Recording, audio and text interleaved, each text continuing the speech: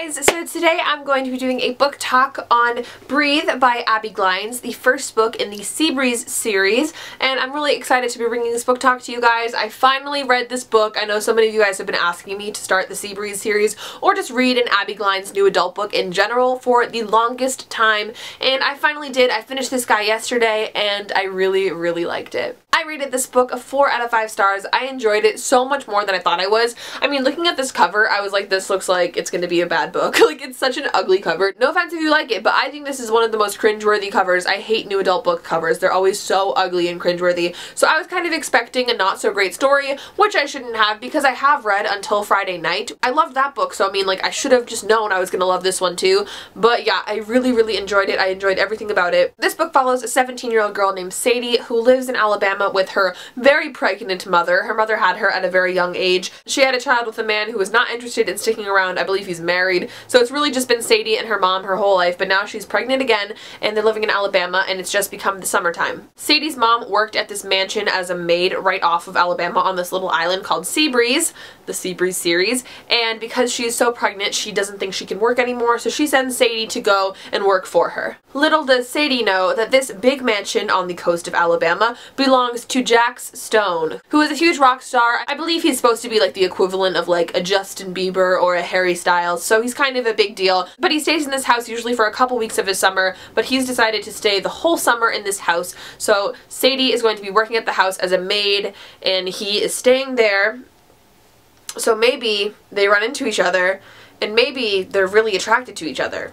Maybe. This book just deals a lot with Sadie and kind of her experiences with falling in love for the first time and dealing with the fact that she kind of has to provide for her and her mom doesn't really care about her and she just kind of has to deal with a bunch of stuff, and it's just a great story. I loved it so much. If you are a new adult lover, I would definitely recommend this series to you. I believe it's a 10-book series, but you don't have to read all of them. Each book follows a different character set, so they're all different, but I believe they're kind of all interconnected, so you can go ahead and read one or you can read all 10. Doesn't really matter. But yeah, that's going to be my non-spoiler summary. I hope you guys enjoyed it. If you have read this book, make sure to stick around so we can talk details, but if not, go pick it up and then you can come back. Bye! So starting off, I just want to say that I absolutely loved both Sadie and Jax, and that's usually like not the case for me. I usually hate at least one of the protagonists in the book. Out of the like relationship, I usually hate one of them, but I loved Jax so much and I also loved Sadie. Sadie was a super likable character. Usually teenage girls in contemporary books are not my thing. They're usually so annoying and I can't stand them, but Sadie was just so humble and you could tell that she kind of had to have it together throughout the whole book. She's kind of more mature than the average 17-year-old going into her senior year of high school, so that kind of made her more likable in my eyes. Also, Jax, I was not expecting to like at all because I was assuming he was going to be like this asshole celebrity guy that thought he had everything and didn't need to be nice to anybody, but actually that was not the case at all, and he was actually such a sweetheart from the beginning all the way through the end, so yeah, I loved him so much. I also really liked Miss Mary, obviously, and the old man that she plays chess with and helps him weed the garden. I loved them so much, and I loved how they kind of became her real family. Marcus, I wasn't a huge fan of, for probably obvious reasons. He was kind of a little bit intense with her, like trying to get her to be with him, and I didn't like him that much. I mean, I could kind of see at the end how he was kind of done pursuing her and he could tell that she was in love with Jax, whatever, but there was just something about him I didn't quite like, which makes me kind of upset because the second book, because of Lo in the series, is Marcus and this girl Lo. So I don't know, I'm definitely gonna read it because I'm interested, but I don't know how much I'm gonna like it because I don't really like Marcus. Oh hey guys, it's me, just letting you know that I've actually read Because of Lo since filming this book talk, and I absolutely love Marcus now. He's my newest bae. I almost like him more than I love Jax, but yeah, Because of Lo is so good. If you want a book talk on that one as well, definitely let me know. But yeah, Marcus, bae. Anyway, continue. The one character-related thing about this book was, like, where are Jack's parents? Like, I thought they were staying at the summer house the whole summer, and we see his mom, like, in the first scene he's introduced in, and that's it. Like, we never once see her again, and we never see his dad. He's mentioned once, but, like, we never see him, so I thought that was a little weird that she was never introduced to the mother and father, because I thought that would kind of be a big deal, but I guess not.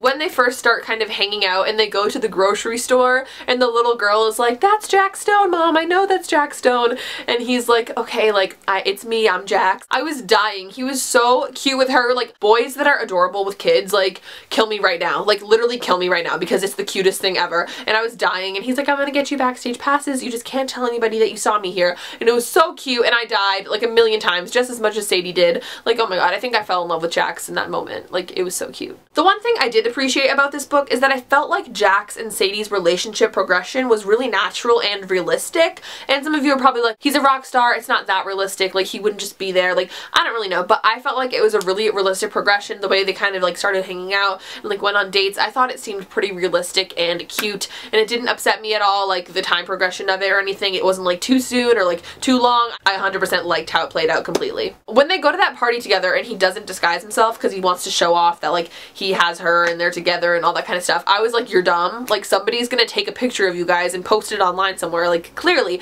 And then it didn't happen for like a really long time. So I was like, oh, like, I guess they got away with it. That seems kind of unrealistic, but like, sure, okay, like, seems fake, but okay. But then the picture ended up in the newspaper or online or wherever it was, and they're like, this girl Sadie, and kind of exposing her and her home life, which was really sad and it was really crazy. So he kind of is like, I can't deal with you being in the spotlight all the time. It's not going to be good for you. Like, you need to focus on your family. Like, walk away from this. Like, and it was so sad. I was crying. Like, I cried so much during this book. I don't know about you guys, but I was crying. I was a mess. During the whole time where she's just kind of moping around in her room and her mother is kind of taking care of her, which is like the first time we've ever seen that, I was so sad. I was like, wow, like, this is like rock bottom for Sadie. I feel so terrible. Like, Jax better come back. The part where she's like laying in her room and Marcus comes in through the window, was that not the creepiest thing you guys have ever read in your life? Because I was so creeped out by it. And he was like, come on, like, you gotta eat, you gotta drink. But it was so creepy. He just like came through the window and then her mom didn't even question it. So I don't know what that was about, but it was kind of weird.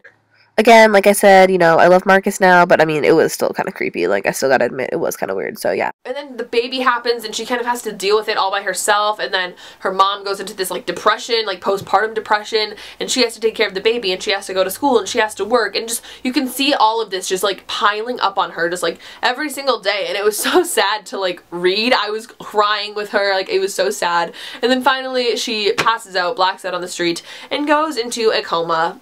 Good job, Sadie. Like, good job. I was crying then, like, when she's at the hospital and she's in the coma. Obviously, Jax is at the hospital. I thought it was so cute how he stayed with her and sang to her, and how all the nurses, like, loved him and loved having him there to play music, and it was so cute. And, like, she wakes up for him, basically, and it was so perfect and cute. I don't know. It's just too much, honestly. I loved how Miss Mary and that old man were all there for her, and they're like, we're gonna help you, like, you're gonna stay with me, and I'm gonna take care of the baby. And, when she started freaking out in the hospital, like, she wakes up, and she's like, oh my god, what about Sam? And then I like started crying. I was like, oh my god, like, this girl has too much on her plate.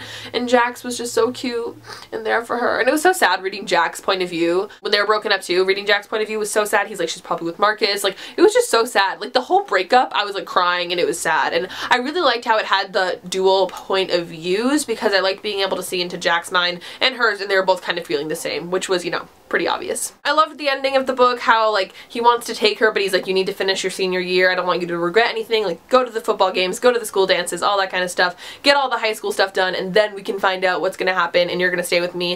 And it's so cute. He like makes time for her, and he shows up at the school dance. It was so cute. Like, this whole book just had my heart. Like, it was so cute. I can honestly say Jax is one of my newest book boyfriends, and Jax and Sadie are one of my newest OTPs. I can't. I loved it so much. I know I really didn't touch upon everything, but just kind of the basic points, what you need to know. Love Jax, love Sadie, perfect couple, all that kind of stuff. So I hope you guys enjoyed this book talk. Let me know if you want to see future book talks on the rest of the series or what you think about them. Other than that, I hope you guys enjoyed this video. Make sure to give it a thumbs up if you did, and subscribe to my channel if you've not already. You can also follow me on all of my social medias linked down below. But other than that, I hope you guys are having an absolutely wonderful day, and I'll talk to you all in the next video. Bye!